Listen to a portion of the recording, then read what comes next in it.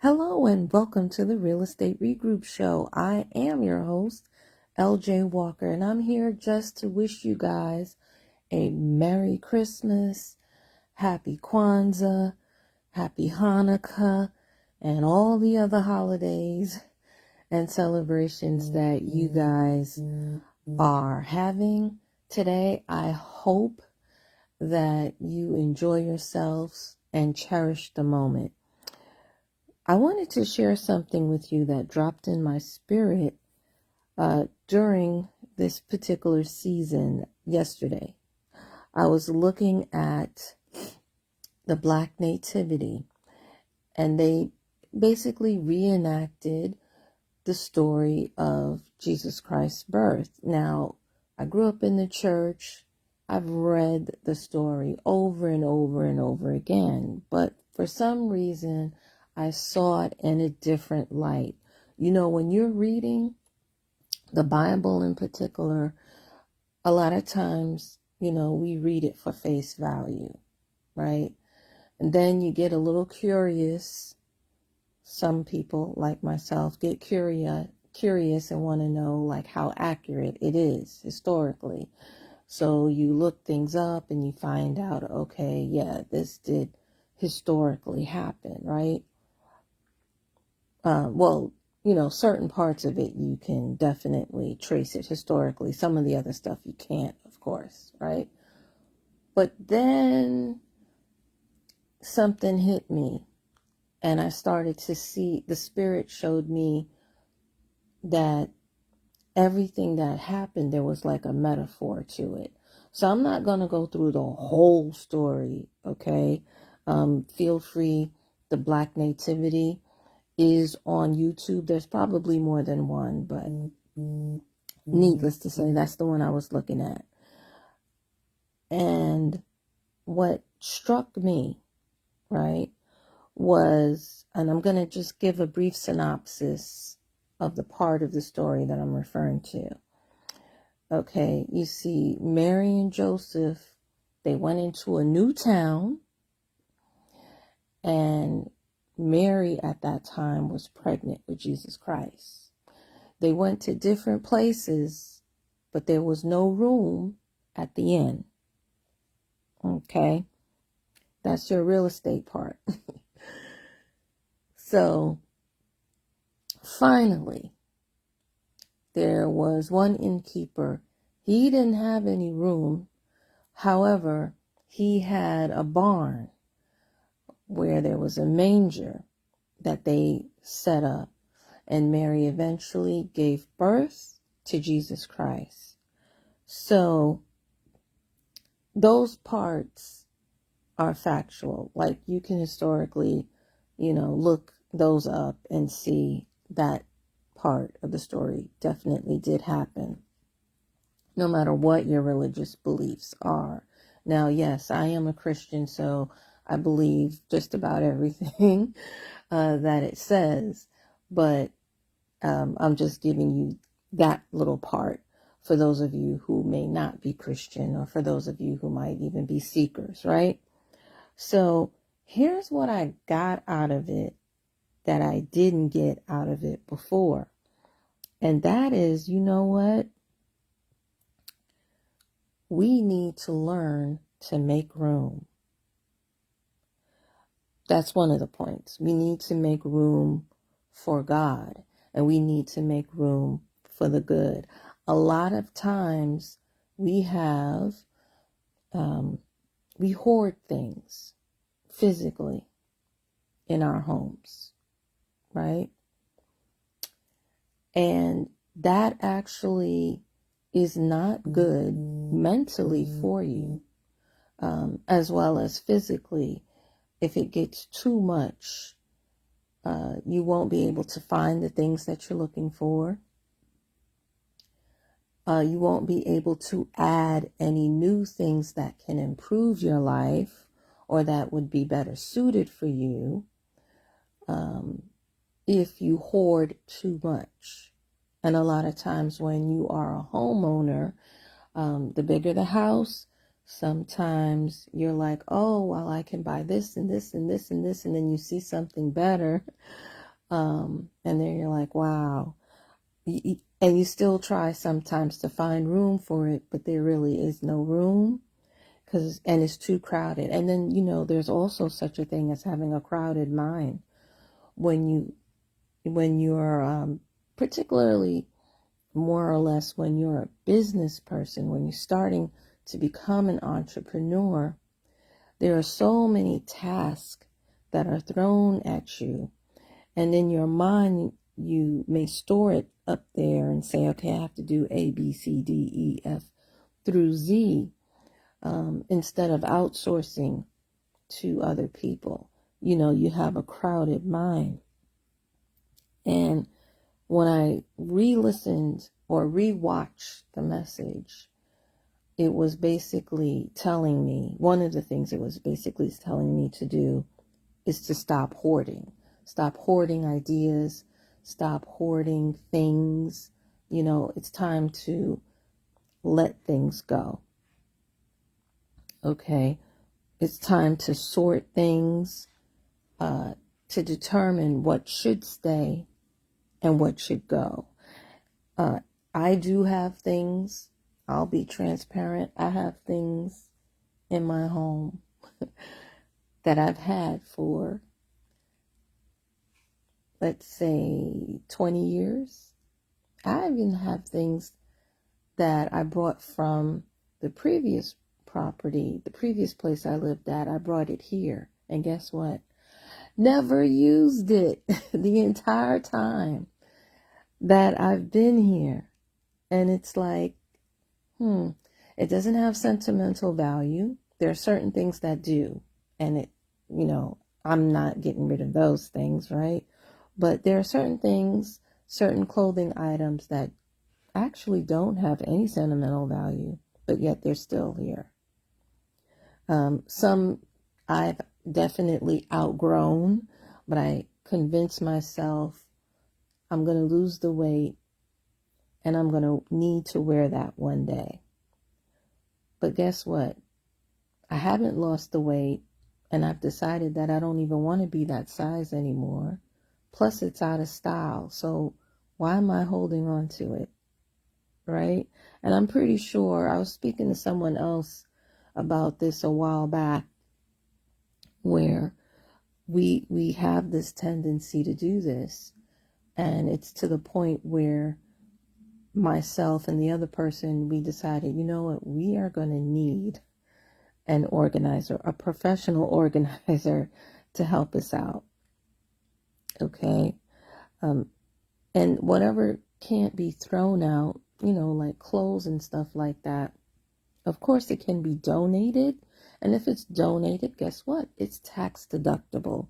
So it serves a great purpose for us to move ahead and make room.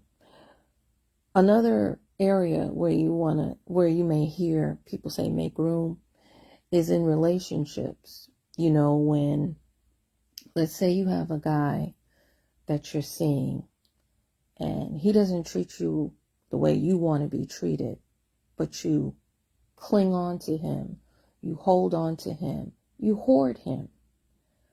But the guy that's good is not going to come in, because he's going to, 9 times out of 10, he's going to respect the relationship and he's going to back off, and he's not even going to approach you, not even to speak or be friendly or what have you.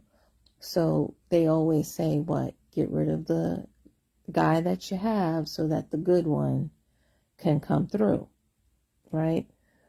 And sometimes too, you hoard because you're afraid, especially like when you hold on or cling on to people, because you're afraid that no one else is going to come. Or you're afraid that you're not going to be able to make it alone because you don't have enough trust in yourself or trust in the God that you believe in. You don't have enough faith that you alone or you and God alone can make it through in life. So you hold on to someone who is not ideal for you, to say the least, right? The other thing, this happens in business as well. Sometimes in business, you have different types of coaches. You have coaches, business coaches that can get you started, that can help you get up and running. But then you need to graduate to another kind of coach. You can't keep those coaches. You'll graduate maybe to a coach that helps you get to 6 figures. Okay. And then once you hit those 6 figures a couple of times, let's say for 3 years straight or so, then guess what? It's time to graduate and go to another coach, a coach that can get you to 7 figures. This is something that I actually just learned. But you can't sometimes in business keep the same people or keep the same team. Even Taraji P. Henson, let's go back to that.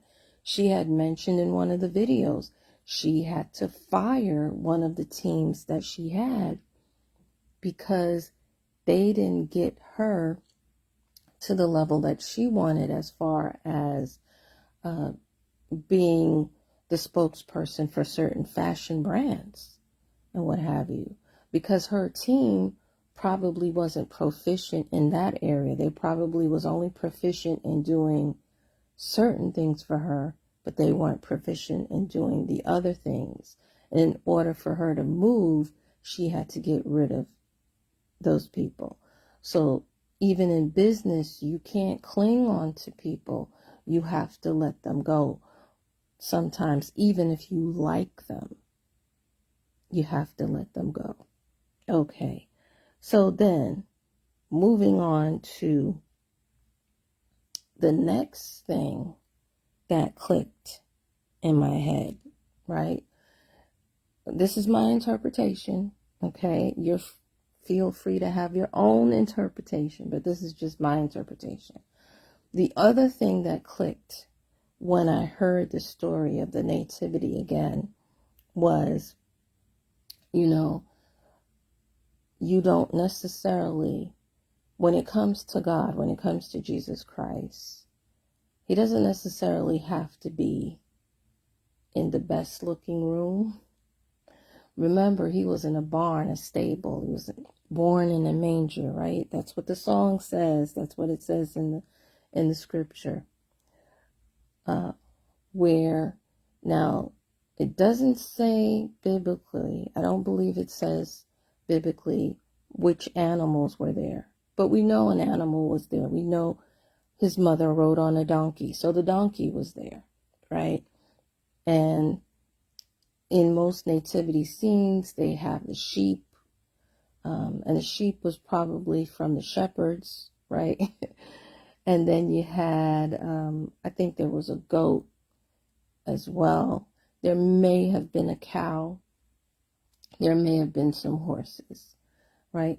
So the animals, each animal, of course, represents something. I'm not going to go too deep into it, but I will touch on the donkey. Donkeys carry heavy loads, and they're also stubborn, right? And I think there is some significance as far as him being born there, as opposed to the nice spruced up room in the inn, in the hotel, motel, Holiday Inn, right? I think that there is some significance, because if he's there to make us clean on the inside, then why would we take him to a clean area? He needs to be in that area that we're having a hard time cleaning up. Where we have the stubborn stains. He needs to be in the areas where we need the most help, and not necessarily in the areas that we already have. We can praise him and thank him for helping us with the rooms that are already clean, giving us the gifts. But we need to show him and stop trying to hide those rooms that may be a little mucky, where we're dealing, where the animals are, where not just where they eat, but where they also do other things, if you will. I don't know what words I can say anymore because I see so many people using, using bleeps and all this other kind of stuff for words that I didn't even think before we couldn't say, which makes me question still staying on YouTube. But anyway, as the case may be, my thought was on that. My thought was on the fact that some of us may think that, okay, think about it, if Jesus Christ was to knock on your door right now, would you have room for him to come in? That's number one. Number two, which rooms would you put him in? Would you try to clean up that room before you let him in to that room? Are there certain rooms in your house that you wouldn't let him in? And if the answer to the last question is yes, I think you should rethink that answer, because the very room that you're hiding from him, the very room that you would say, oh no, I don't want you to go in there because it's a mess, guess what? He was created to straighten out that mess, to clean up that mess. And he's given us grace for the mess that we have created, And some of the mess is not even created by us. Let's be real. Sometimes, the way you were raised, certain things that were said to you is why you have the mess that you have.